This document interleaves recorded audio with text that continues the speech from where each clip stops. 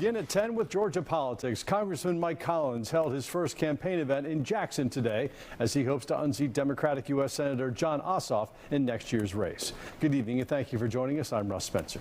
Collins just one of many Republicans in the race, including Governor Brian Kemp's choice, Derek Dooley. Fox 5's Rob Durienzo was on the campaign trail tonight in Jackson with more. And Rob, Collins has already scored some significant endorsements of his own, right? That's right, Russ. Yeah, that's right. Good evening to you. Those endorsements come from the mother and stepfather of Laken Riley. Again, that is the big news.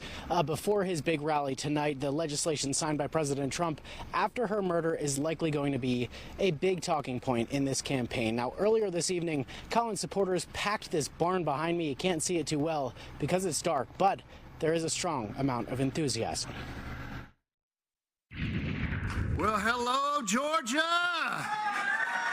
Republican Congressman Mike Collins was on his home turf in Jackson Tuesday, launching his campaign to become Georgia's next U.S. Senator, aiming to defeat Democratic incumbent Senator Jon Ossoff. I am unapologetically pro-God, pro-Trump, pro-Second Amendment. That endorsement from Laken Riley's mother and stepfather has already set the tone for his campaign.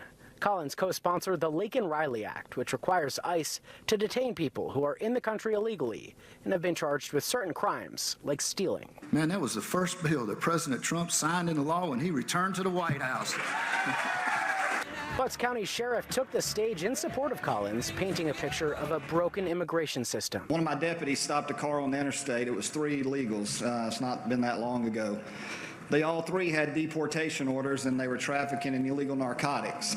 Senator Ossoff was among the 12 Democrats who voted for the Laken Riley Act. Collins called him a cog in the woke DEI machine. Jon Ossoff doesn't relate to the average Georgians. I mean, he's a trust fund kid. He's never had a real job. But before he can face off against Ossoff, Collins has a growing list of Republican competitors. Activist Regan Box, fellow Congressman Buddy Carter, and former football coach Derek Dooley. I invite you to call up Buddy and this guy named Dooley and say, hey, I see what you're doing, but you'd be better off in our camp because this is a winning camp. And come November 2026, we will fire Jon Ossoff.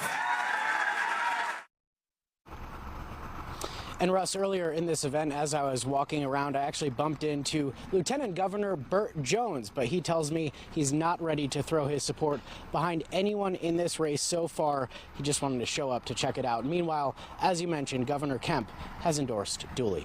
That's the latest from here live in Jackson. Rob DiRienzo, Fox 5 News. Worth noting that President Trump has endorsed Jones. It'll be fascinating to see who he endorses in this U.S. Senate race.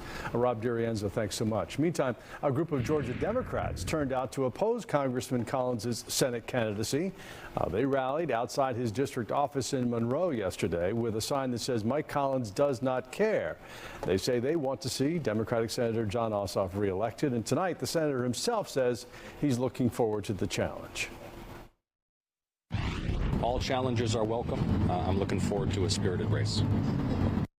Gareth Finlan, a Democratic activist in Collins' district, says there's so much on the line next November, saying, quote, as Mike Collins' constituents, we've seen firsthand how he's voted to rip away affordable health care, undermine our rural hospitals, gut jobs, and jeopardize our economy.